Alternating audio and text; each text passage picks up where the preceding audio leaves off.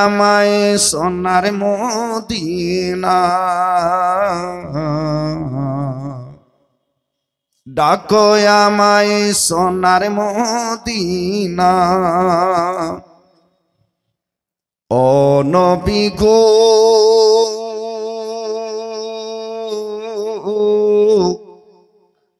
ডাকো আমায় সোনার মদিনা,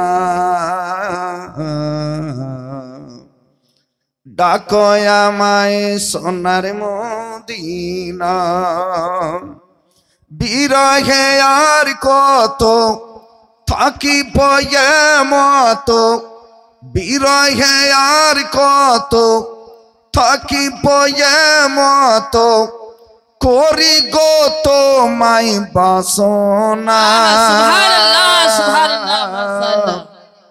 ডাকো আমায় সোনার মদিনা, ডাকো আমায় সোনার মদিনা। তুমি গো আল্লাহর প্যারা মোহাম্মদ রাসূল, ওয়াকুলের কান্ডারি তুমি সর্বজীবের মন। ইয়া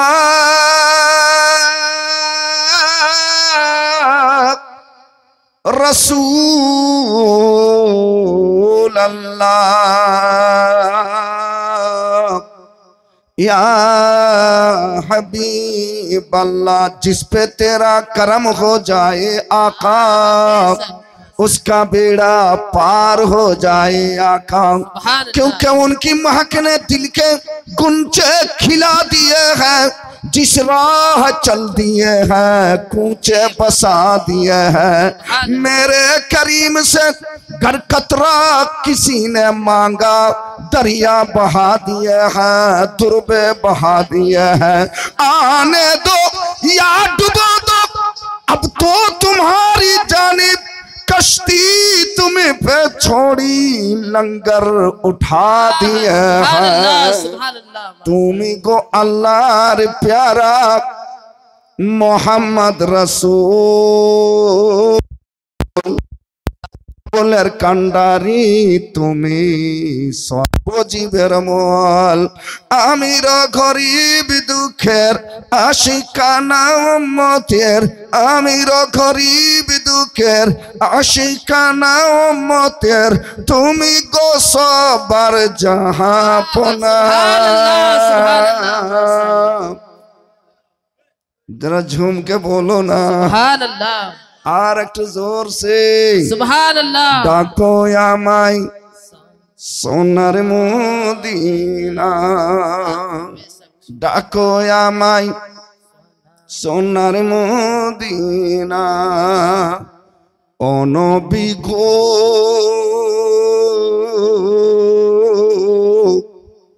ডাকো আমায় সোনার মদিনা। বিরহে আর কত থাকিব এ মত, করি গো তোমায় বাসনা।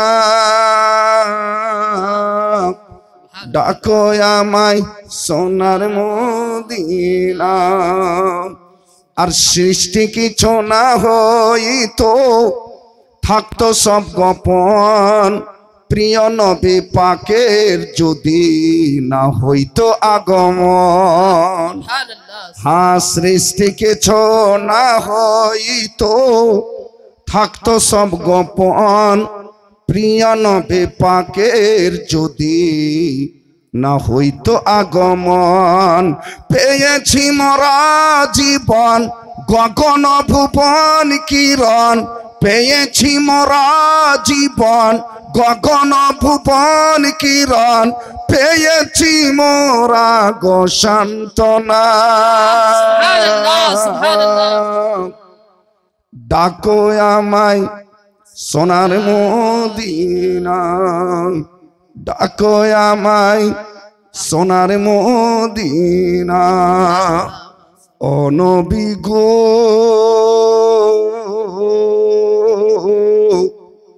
ডাকো আমায় সোনার মদিনা।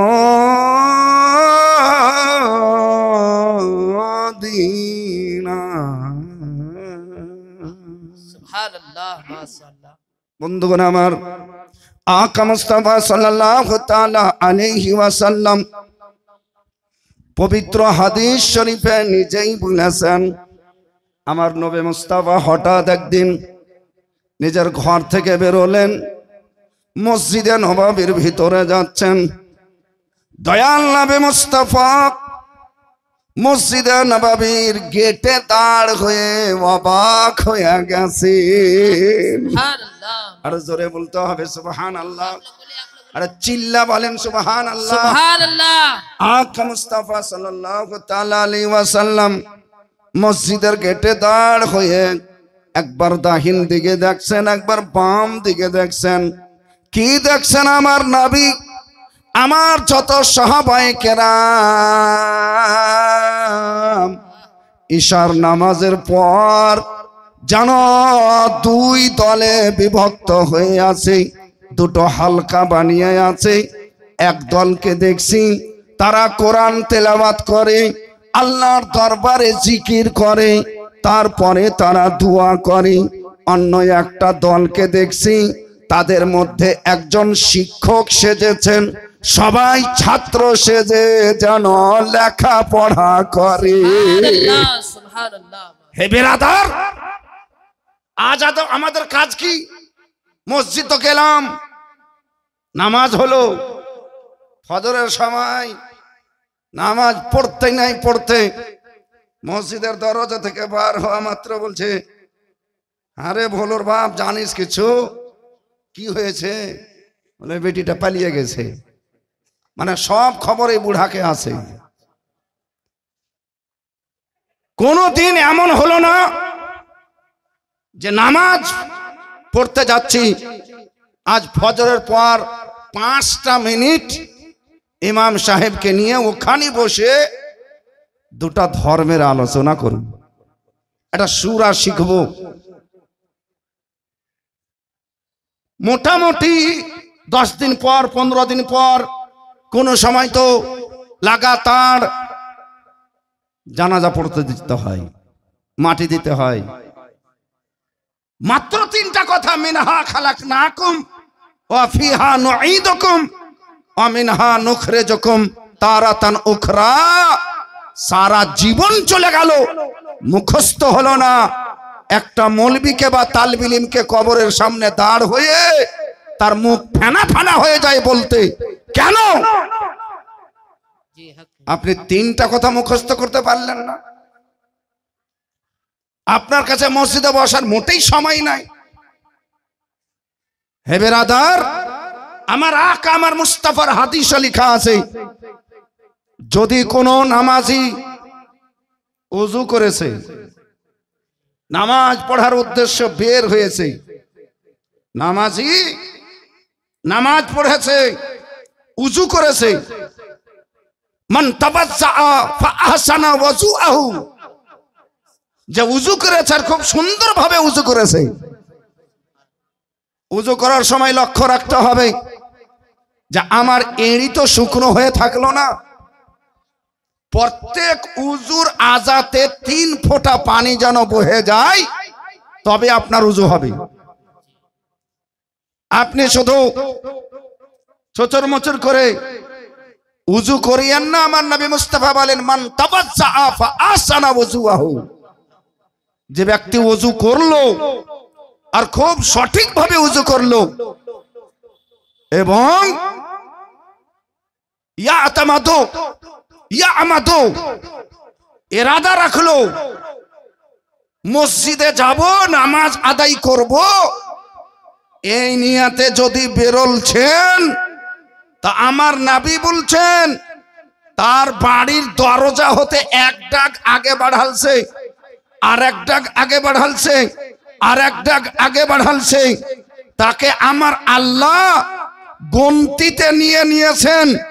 তুমি হাঁটছো হাঁটো, কিন্তু তোমার হাঁটাকে আমি নামাজ অবস্থায় কবুল করে নিয়েছি। সুবহানাল্লাহ সুবহানাল্লাহ মাশাআল্লাহ। হাঁটছে নবী সাল্লাল্লাহু আলাইহি ওয়াসাল্লাম বলেন, সে ব্যক্তি যেমন 2 রাকাত নামাজ পড়তে দাঁড় হয় সওয়াব জারি হয়ে যায়, তেমনি তার নামাজ অবস্থায় দাঁড় হওয়ার মতো সওয়াব জারি হয়ে গেছে। এইগুলো ওখানে কিছু তো আমাদেরকে জানকারি নিতে হবে। আমার নবী আরো বলেন, 1 পা আগে বাড়ালে 1টা নেকি পাওয়া যাবে, আর ওই 1 পা বাড়ালে 1টা নেকি পাওয়া যাবে, তার সাথে সাথে তার 1টা গুনাহ মিটিয়ে দেওয়া হবে। আবার আগে ডাক বাড়ালে আবার 1টা নেকি পাওয়া যাবে, আবার 1টা গুনাহ মিটিয়ে দেওয়া হবে। সহিহ হাদিসে লেখা আছে। হে বেরাদার, তাই যথাসাধ্য বাড়ি থেকে উজু করে যদি আপনি মসজিদ যান, অবশ্যই আপনাকে এই সওয়াব পাওয়া যাবে। আমার নবী মুস্তাফা বলেন, যে যত দূর থেকে উজু করে মসজিদ আসবে, আমার আল্লাহ তাকে সবারই চাইতে বেশি নেকি প্রদান করবেন। হযরতে আবু হুরায়রা রাদিয়াল্লাহু তাআলা আনহুকে জিজ্ঞাসা করা হলো, এই মাদ্রাসাতেও পড়া হচ্ছে মুয়াত্তা ইমামে মুহাম্মদ, তাতে এই হাদিস লেখা আছে। আবু দাউদ শরীফ, তাতে এই হাদিস লেখা আছে। হে বেরাদার, আকা মুস্তাফা সাল্লাল্লাহু তাআলা আলাইহি ওয়াসাল্লামের ফরমানে আলিশান যে ব্যক্তি এইভাবে নিয়াত করে যাচ্ছে, আর তার যদি নিয়াতে থাকে, তার যদি অন্তরে থাকে যে আমি মসজিদ যেয়ে নামাজ পড়ার আগে বা নামাজ পড়ার পরে মানুষকে কিছু শিখাবো বা কারো কাছে কিছু শিখবো, আর ওই লোকটা এই নিয়াত রেখেছেন, তো ওই লোকটার কদমের নিচে আল্লাহর ফেরেশতা নিজের পাখা বিছিয়ে বিছিয়ে দিয়েছে। সুবহানাল্লাহ সুবহানাল্লাহ। আপনি মসজিদ যান শুধু নামাজ পড়ার জন্য নয়, তালিমের জন্য যেতে হবে। আমার রাসূলুল্লাহ সাল্লাল্লাহু আলাইহি ওয়াসাল্লামের হাদিস শরীফ, মসজিদে যে দেখছেন আমার নবী তো 2টো জামাত হয়ে আছে, 2টো মজলিস বসে আছে মসজিদের ভিতরে। এক মজলিসের নামাজি কেমন নামাজি, যাদের ব্যাপারে আমার নবী সাল্লাল্লাহু আলাইহি ওয়াসাল্লাম বলেছেন, কিতাবের নাম নোট করেন, সুনান ইবনে মাজ্জাহ শরীফ, তাতে হাদিস লেখা আছে। আকা সাল্লাল্লাহু আলাইহি ওয়াসাল্লাম বলেন, লা তামাসসুন নারু মুসলিমান রাআনি। আর জোরে বলতে হবে সুবহানাল্লাহ।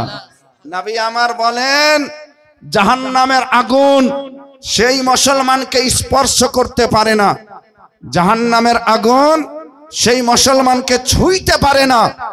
সাহাবাদের চোখ বড় হয়ে গেছে, কান খাড়া করে দিয়েছেন। এমন কোন মুসলমান যাকে জাহান্নামের আগুন স্পর্শও করতে পারে না। আমার নবী সাল্লাল্লাহু আলাইহি ওয়াসাল্লাম বলেন, রাআনি, যে মুসলমান আমাকে নিজের চোখে দেখে নিয়েছেন, তাকে জাহান্নামের আগুন ছুঁইতে পারে না। সুবহানাল্লাহ সুবহানাল্লাহ। ও রাআমান রাআনি, এবং আমাকে দেখনেওয়ালাকে যে দেখে নিয়েছে তাকেও জাহান্নামের আগুন স্পর্শ করবে না। তো যাদেরকে জাহান্নামের আগুন ছুঁইতে পারে না, সেই সাহাবাগণদের আমলেই ছিল কোরআন পড়ছেন, দোয়া করছেন। অন্যদিকে ইউআল্লিমুনা ওয়া ইয়াতাআল্লামুনা, কিছু লোককে শিক্ষা দিচ্ছে, কিছু লোকের কাছে শিক্ষা গ্রহণ করছেন। কত ঠান্ডা পরিবেশ ছিল, কত ভালো পরিবেশ ছিল। আমার নবী সাল্লাল্লাহু আলাইহি ওয়াসাল্লাম দেখে নবীর কলজা ভরে গেছে। নবী সাল্লাল্লাহু তাআলা আলাইহি ওয়াসাল্লাম বলেন, কুল্লু হাউলাই আলাল খায়র। এই যে আমি 2 মজলিসে দেখছি, উভয় মজলিসের সাহাবী আল্লাহ সবারই উপরে ভালাই করবেন, সবাই উপকৃত।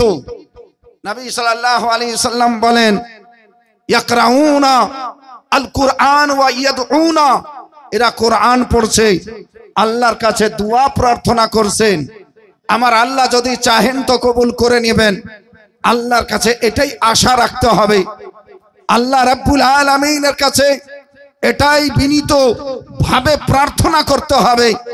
আমার নবী মুস্তাফা অপর মজলিসের জন্য, অপর হালকার জন্য বলছেন। তারপরে নবী মুস্তাফা বলছেন, আকা সাল্লাল্লাহু আলাইহি সাল্লাম তারপরে কি করছেন? ফা জালাসা মাআহুম, যারা শিক্ষা দীক্ষা দিচ্ছিলেন, শিক্ষা অর্জন করছিলেন, নবী মুস্তাফা তাদের কাছে যেয়ে বসলেন। আমার নবী সাল্লাল্লাহু আলাইহি সাল্লাম উচ্চ আওয়াজে, জোর গলাতে গোটা মসজিদের সাহাবা শুনেছেন।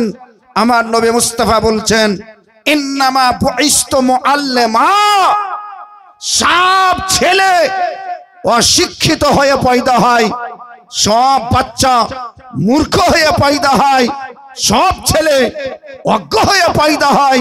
আমার নবী মুস্তাফা আমার নবী মুস্তাফা বলছেন, ইন্নামা বুইস্তু মুআল্লিমা, কিন্তু আমি মুস্তাফা মায়ের গর্ভ থেকে শিক্ষিত হয়ে নয়, শিক্ষক হয়ে দুনিয়াতে এসেছি। সুবহানাল্লাহ, সুবহানাল্লাহ, মাশাআল্লাহ। সাহাবাদের আকীদা ছিল নবী শিক্ষিত, সাহাবাদের আকীদা ছিল নবী পড়া, সাহাবাদের আকীদা ছিল নবী ডক্টর, সাহাবাদের আকীদা ছিল নবী বৈজ্ঞানিক, সাহাবাদের আকীদা ছিল আমার নবী মুস্তাফা যত ভালো সিফাত আছে সব সিফাতের মালিক আল্লাহ রাব্বুল আলামিনের পরে আল্লাহর মহা সিফাত যেটা আল্লাহর জন্য প্রযোজ্য, তারপরে যত আওসাফ ভালো সেই সিফাতের অধিকারী ছিল একমাত্র রাসূলুল্লাহ। এ বিরাদার, সেই নবী সাল্লাল্লাহু তাআলা আলাইহি ওয়াসাল্লাম শিক্ষাকে কেমন প্রাধান্য দিয়েছিলেন, কেমন আহমিয়ত দিয়েছিলেন, যে নবী শিক্ষার জায়গাতে যে বসলেন আর নবী নিজকে বললেন, ইন্নামা বুইস্তু মুআল্লিমা, নিশ্চয় আমি শিক্ষক হয়ে প্রেরিত হয়েছি, শিক্ষক হয়ে এই দুনিয়াতে কদম রেখেছি। ফলত বেশি কথা বুঝাবার দরকার নেই, এটাই জেনে নিতে হবে। সহিহ বুখারীতে এই হাদিস লেখা আছে, আর অন্য হাদিস গ্রন্থে এই হাদিস লেখা আছে। এই হাদিসকে সহিহ হাদিস বলা হয়েছে। আমার আল্লাহ কোরআনে বলছেন, ওয়া ইউআল্লিমুহুমুল কিতাবা, এবং তাদেরকে কোরআনের তালিম দিতেন। হে বিরাদার, এক কথায় আমার নবী মুস্তাফা শিক্ষিত ছিলেন, তবে কোন মাস্টারের কাছে পড়েননি, কোন ডাক্তারের কাছে ইনজেকশন করতে শিখেননি, কোন কোবরার কাছে গাছ পালা দেখেননি। আমার নবী মুস্তাফা বেনা স্কুলে পড়েছেন, আমার নবী মুস্তাফা বেনা কলেজে পড়েছেন, আমার নবী মুস্তাফা বেনা পাঠশালায় পড়েছেন। তাহলে নবীকে পড়ালেন কে? আর রহমান ও আল্লামাল কুরআন, আমার নবীকে স্বয়ং আমার আল্লাহ কুরআন পড়িয়ে দিয়েছেন। সুবহানাল্লাহ, মাশাআল্লাহ। প্রথমে যখন কোরআন নাজিল হলো, মাদ্রাসার হাফিজের ছেলেরা কোরআন মুখস্থ করে, মুখ লড়াই, মাথা লড়াই, গোটা দেহ লড়াই। আমার নবী সাল্লাল্লাহু তাআলা আলাইহি ওয়াসাল্লামও নিজের জুবান লড়াচ্ছেন, আমার নবীও ঝুঁকছেন। কারণ এক পৃষ্ঠা কোরআন জিবরাইল আমিন আল্লাহ পক্ষ হতে নবীকে শুনিয়ে দিয়েছেন, যেন না ভুলে যায়, মুখস্থ থেকে যায়। তাই মুখস্থ করার জন্য নবী সাল্লাল্লাহু আলাইহি ওয়াসাল্লাম এইভাবে হিলছেন আর মুখ লড়াচ্ছেন, জিহ্বা মোবারক লড়াচ্ছেন। আমার আল্লাহ রাব্বুল আলামিন জিবরিল আমিনকে তাড়াতাড়ি পাঠাচ্ছেন, যাও। আরে ঝুমকে বলিয়ে সুবহানাল্লাহ। আমার মুস্তাফা কে হাফিজের মতো হিলে হিলে কোরআন মুখস্থ করতে হবে না, আমার মুস্তাফাকে মুখ লড়াতে হবে না, আমার মুস্তাফাকে জুবান লড়াতে হবে না। আমার আল্লাহ রাব্বুল আলামিন পবিত্র কোরআনে ঘোষণা করে দিলেন, হযরত জিবরিল আমিন বলেন, ইয়া রাসূলুল্লাহ সাল্লাল্লাহু তাআলা আলাইহি ওয়াসাল্লাম, লা তুহাররিক বিহি লিসানাকা, ইয়া রাসূলুল্লাহ আপনি নিজের জুবানকে হিলায়েন না। আল্লাহ রাব্বুল আলামিন ওয়াদা করে নিয়েছেন যে আল্লাহ আপনার বুকে ইলম এবং কোরআন ঢেলে দিবেন। যারা ঝুমকে বলিয়ে সুবহানাল্লাহ। আমার আল্লাহর ওয়াদা আছে, ইন্না আলাইনা জামআহু ওয়া কুরআনাহু।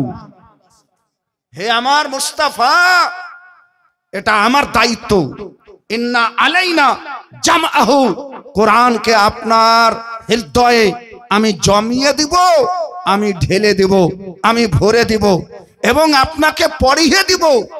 ওয়া বায়ানাহু, তার তরজমা তাফসীর সমস্ত জিনিস আপনার বুকে অটোমেটিকলি চলে যাবে। আর এমন ভাবে আমি ভরে দেব, হে মুস্তাফা সারা জগতের মানব জাতি একটা না একটা নোক্তা কোনোদিন ভুলবে, কিন্তু মুস্তাফা তুমি জীবনে কোনোদিন ভুলবে না। বেরাদার, এই রকম শিক্ষক ছিলেন নবী, যাকে আমার আল্লাহ স্বয়ং পড়ালছেন, যাকে আমার পরবর্তীকারে আলাম বলে দিয়েছেন, ইন্না আলাইনা জামআহু ওয়া কুরআনাহু। যাই হোক বন্ধুগণ, আমার শিক্ষা কত বড় গুণ আছে যে আমার নবী সাল্লাল্লাহু আলাইহি ওয়াসাল্লাম জিকির করনেওয়ালার কাছে যেয়ে বসেন নেই, দুয়া করনেওয়ালার কাছে যেয়ে বসেন নেই।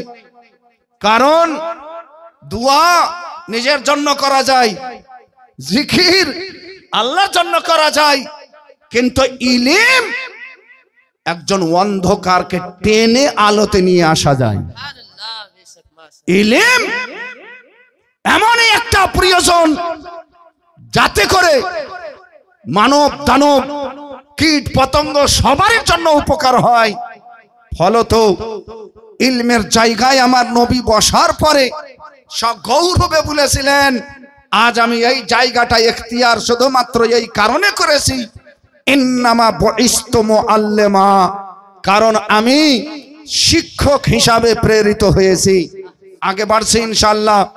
একবার মন থেকে দরুদ পড়েন, আল্লাহুম্মা সাল্লি আলা সাইয়্যিদিনা মাওলানা মুহাম্মদ ওয়া আলা আলি সাইয়্যিদিনা মাওলানা মুহাম্মদ সাল্লাল্লাহু তাআলা আলাইহি ওয়াসাল্লাম। কোরআন, হাদিস, ইজমা, কিয়াস, চারটি উসুল আহলে সুন্নাত ওয়াল জামাত, বিশেষভাবে আমভাবে মুসলমান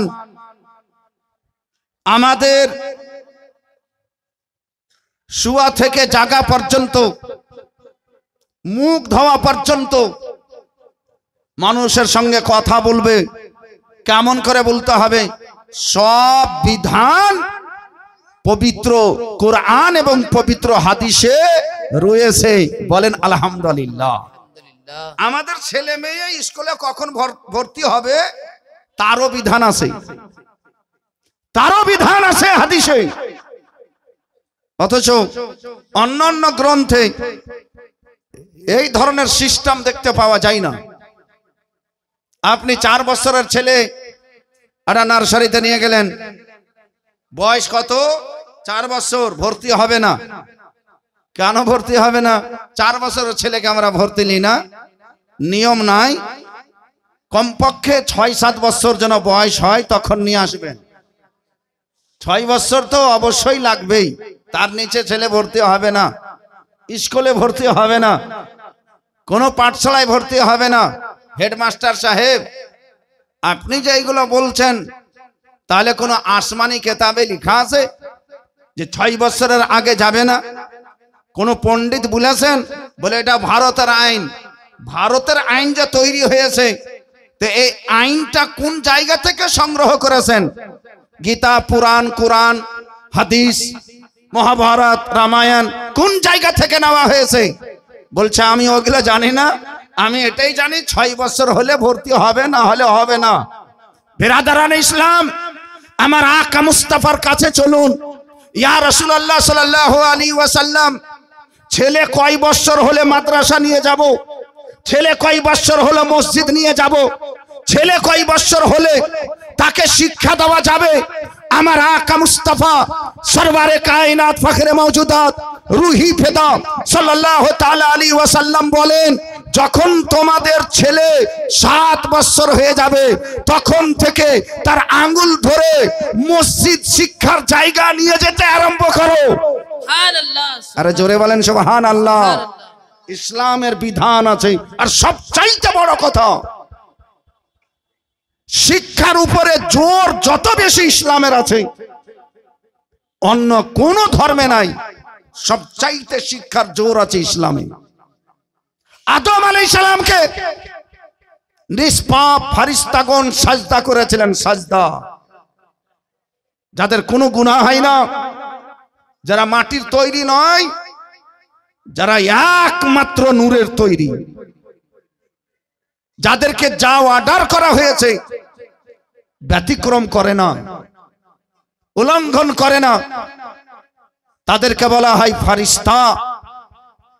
আল্লাহ রাব্বুল আলামিন বলেন, কুল্লা উসজুদু লি আদম, আমি বললাম হে আমার লিল মালায়েকাতে উসজুদু লি আদম, ফেরেশতাদেরকে যে তোমরা আদমকে সিজদা করো।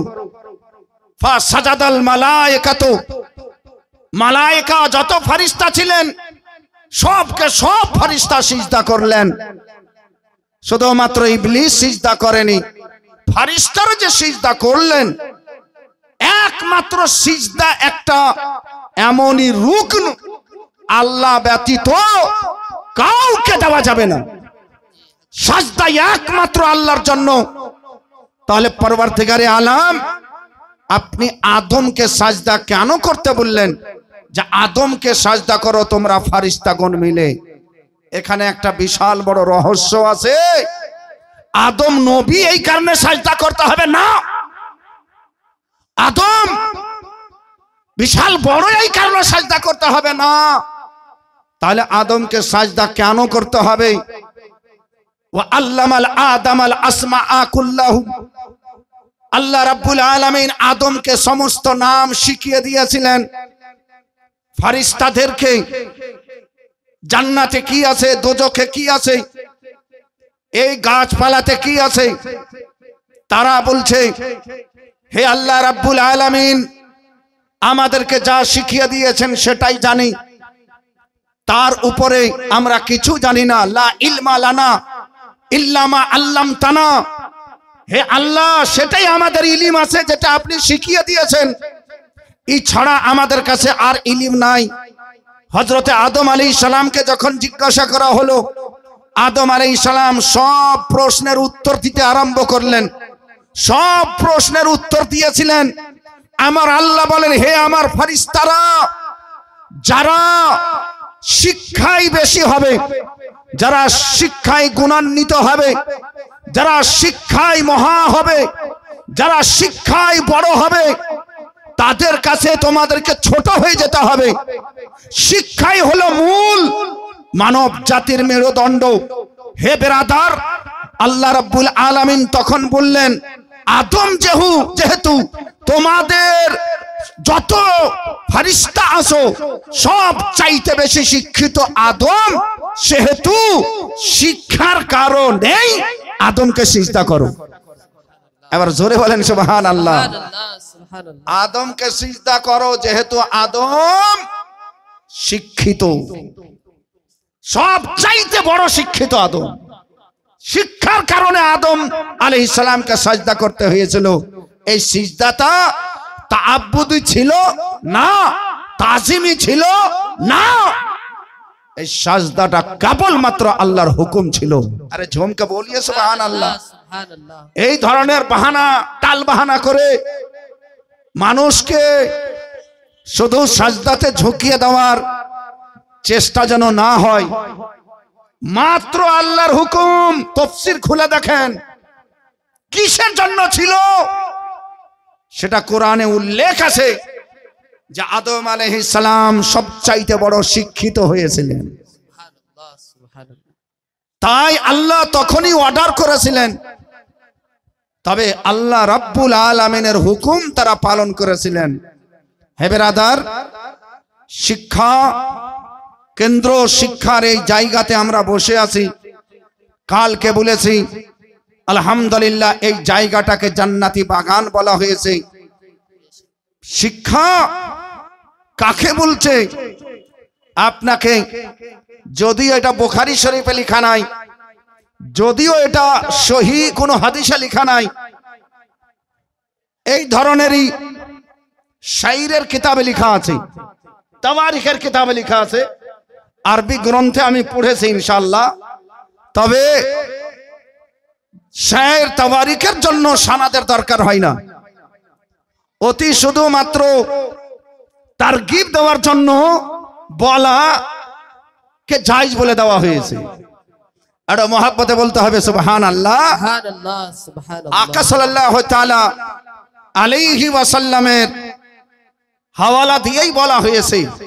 হে বিরাদার, নবী সাল্লাল্লাহু তাআলা আলাইহি ওয়াসাল্লাম মানুষদেরকে কত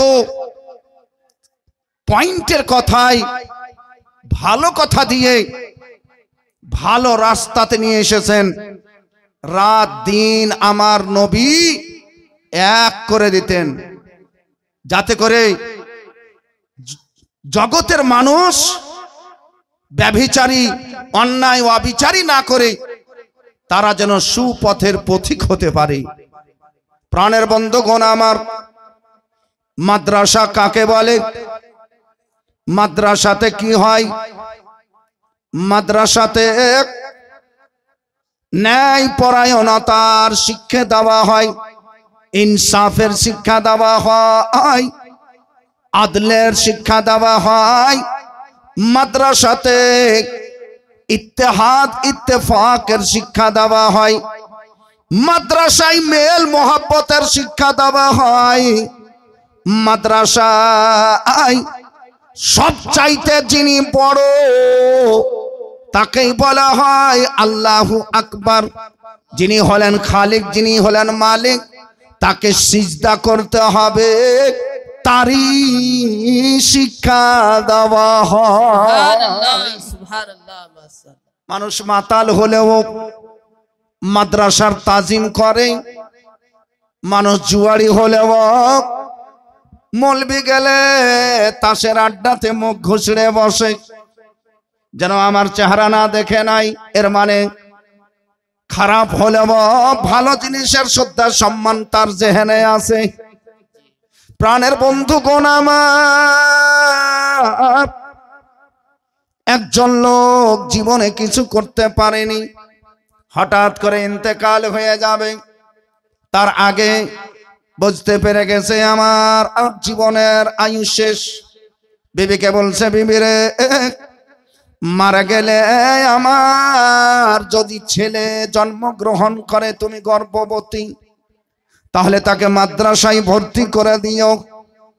প্রাণের বন্ধুগণ আমার, মায়েরা বোনেরা গো, ওই লোকটা এই কয়েকটা কথা বলে ইন্তেকাল করে যাচ্ছেন।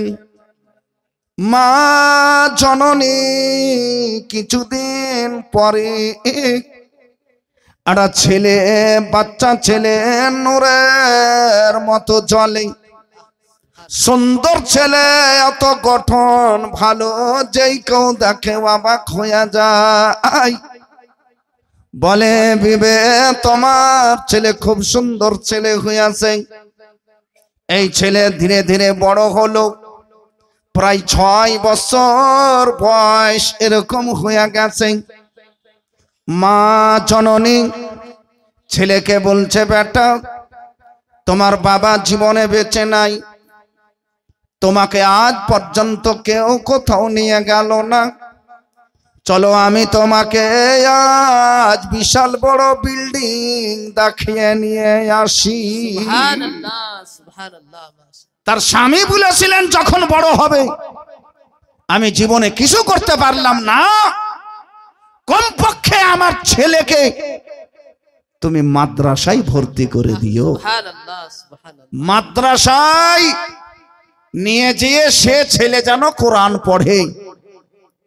অনেক রকমের চেষ্টা করেছে বিল্ডিং তৈরি করব, কাকে মার্ডার করে দিয়েছি, কোথায় ছিনতাই করেছি, কিন্তু কার্যকারী হয়নি।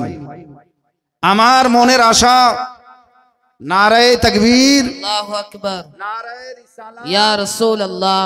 একখানা কোরআন শরীফ দিয়েছেন আর 500 টাকা। কি নাম আপনার? সুবহানাল্লাহ। শমীজউদ্দিন সাহেব, মাশাআল্লাহ, আলহামদুলিল্লাহ। হে বিরাদার, সেই মা তার স্বামীর কথা স্মরণ করে আজ আমার ছেলেকে আমি মাদ্রাসায় নিয়ে যাব। নিয়ে যাচ্ছেন মাদ্রাসায়, মা জননী হাঁটছেন, ছেলেকে নিয়ে হাঁটছেন, বহু দূর পর্যন্ত চলে এসেছে। ছেলে বলছে, মা পায়ে লাগছে, মা আর যেতে পারবো না। মা, মা তো মাই হয়। অত বড় ছেলেকে মা জননী আবার কোলে তুলেছেন, যারা ঝুমকে বলি সুবহানাল্লাহ। সামনে এই যে গেট দেখতে পাচ্ছেন আপনাদের, মাদ্রাসা গাউসিয়া মানজারে ইসলামের এই রকম একটা গেট লাগানো রয়েছে। গেটের সামনে মা জননী দাঁড় হইয়াছেন। ছেলে বলছেন, আম্মা জান গো, এটা কার বাড়ি মা? মা বলছেন, এটা হলো রাসূলুল্লাহর বাড়ি। সুবহানাল্লাহ, সুবহানাল্লাহ। কলেজা আমি তোমাকে এখানে নিয়ে এসেছি, কিসের জন্য মা?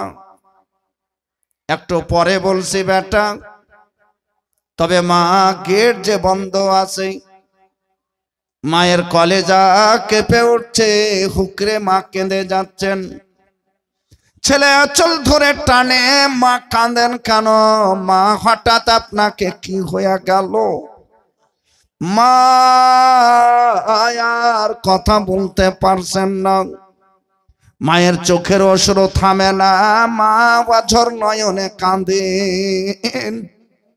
বাচ্চা ছেলে মায়ের কাঁদনে জোর জোর করে কাঁদতে লেগেছে। ভিতর থেকে মাওলানার কানে আওয়াজ যায়, ছুটে আসেন, দরজা খোলেন। সামনে দেখতে পাওয়া যায় একজন বোরকা পরা মেয়ে মানুষ। যেমন দেখলেন সালাম দিলেন, মাগো আপনার ছেলে আমাদের মাদ্রাসার গেটে এসে কাঁদে কেন?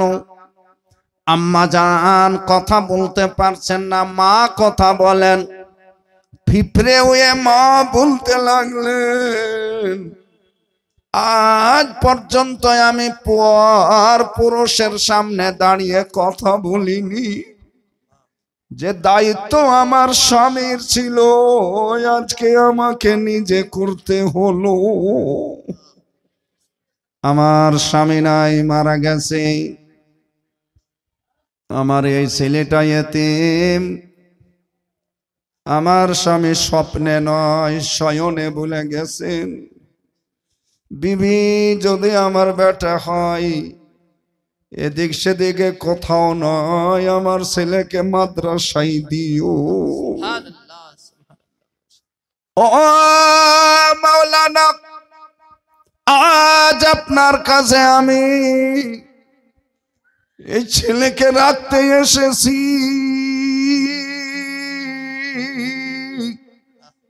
তার পরিবর্তে আমি টাকাও দিতে পারবো না, ধন মুদ্রা দিতে পারবো না। দয়া করে আমার এতিমটাকে আপনার মাদ্রাসাতে রেখে নিন। মাওলানা বললেন, আপনি চিন্তা করিয়েন না, বাড়ি যান। আজ থেকে এর ওস্তাদের সাথে সাথে আমি একে নিজের বেটা বলে গ্রহণ করলাম। ঝুমকে বলিয়ে সুবহানাল্লাহ। একটা ইতিমের মাথায়